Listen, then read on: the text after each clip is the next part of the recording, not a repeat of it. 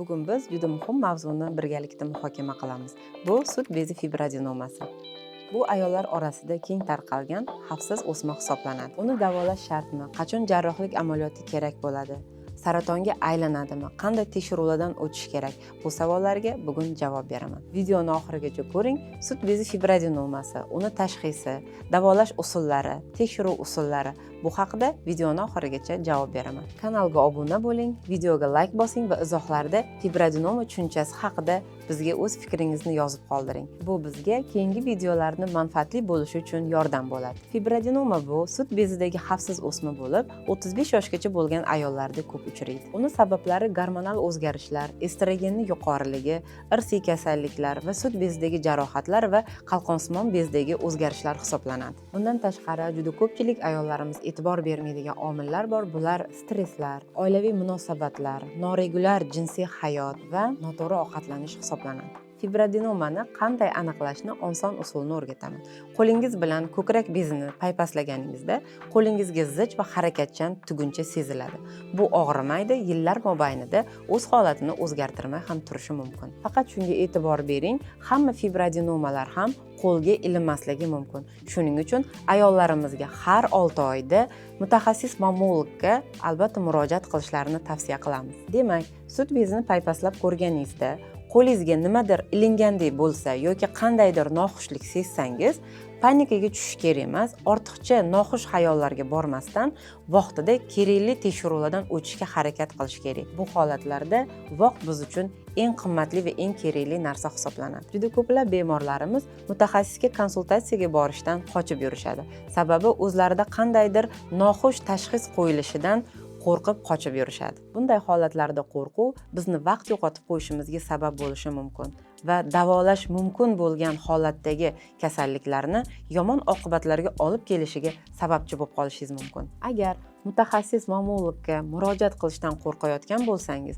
ultratovush tekshiruviga borish kerak va o'zingizdagi o'sha his qilgan, qo'lingizga sezilgan narsa rostdan bormi yoki yo'qmi, ana shu narsani aniqlashga harakat qiling. Sut bezi fibradenomasida yoki sut bezidagi har qanday holatdagi kasalliklarda birinchi o'rinda ultratovush tekshiruvidan o'tishimiz kerak bo'ladi. Keyingi tekshiruv esa mammografiya tekshiruvi. Mammografiya tekshiruvi 35 yoshdan keyin tavsiya qilinadi.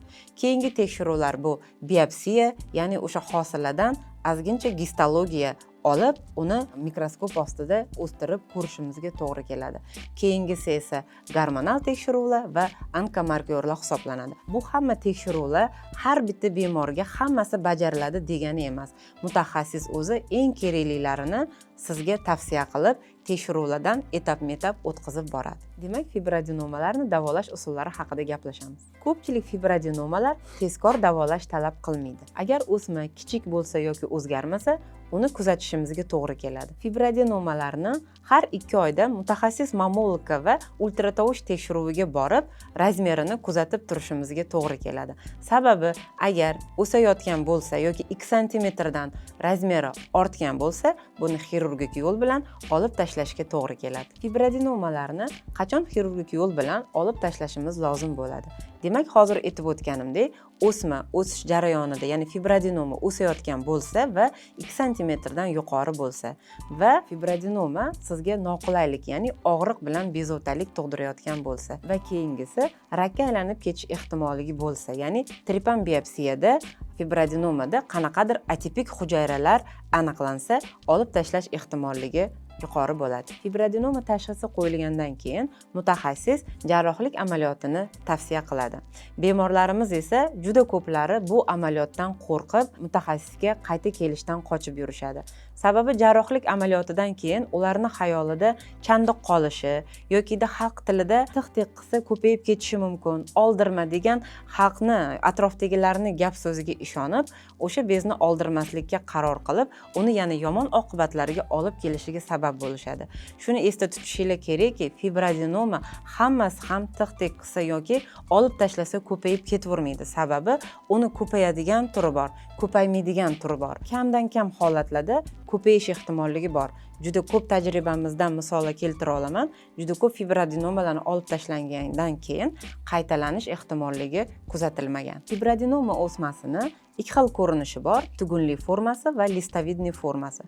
Tugunli formasini kichkina holatlarda kuzatish mumkin yoki 2 santimetrdan keyin olib tashlash mumkin. Agar listovidniy formasi aniqlanadigan bo'lsa, bunda o'sha atipik hujayralar aniqlanadi gistologiyada. Bu formasini albatta uni razmeriga qarab o'tirmasdan olib tashlash maqsadiga muvofiq bo'ladi. Shuning uchun fibroadenoma tashxisi qo'yilgandan keyin sizda qaysi formasligini aniq bilishingiz kerak va shunga qarab keyingi etap taktikalarni mutaxassis bilan gaplashib olishingiz kerak. Sizda fibroadenoma aniqlandi, tugunli formasi yoki listovidniy formasi sizga mutaxassis tomonidan jarrohlik amaliyoti tavsiya qilingandan keyin vaqt o'tkazmasdan albatta bu amaliyotni o'tkazish kerak bo'ladi.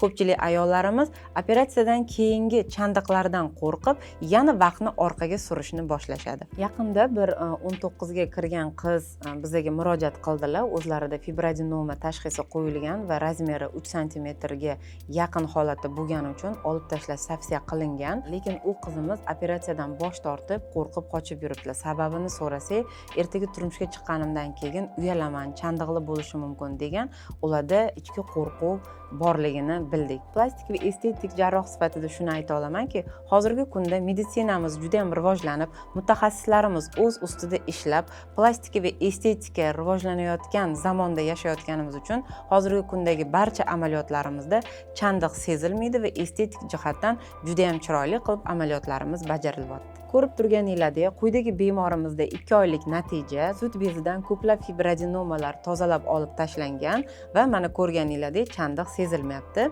Biz shu mutaxassis, onkolog, mammolog va estetik plastik jarroh sifatida bemorlarga ko'rinmaydigan joydan amaliyot bajarib, mana shunday holatga erishib kelmoqdamiz. Endi siz fibroadenoma haqida tushunchaga ega bo'ldingiz. Eng muhimi vahimaga tushmaslik va har 6 oyda mutaxassis mammologga murojaat qilib turishingiz kerak. Kanalimga obuna bo'ling, izohlarda fikringizni yozib qoldiring va qiziqtirgan savollaringiz bo'lsa, pastdagi raqamlarga bog'laning.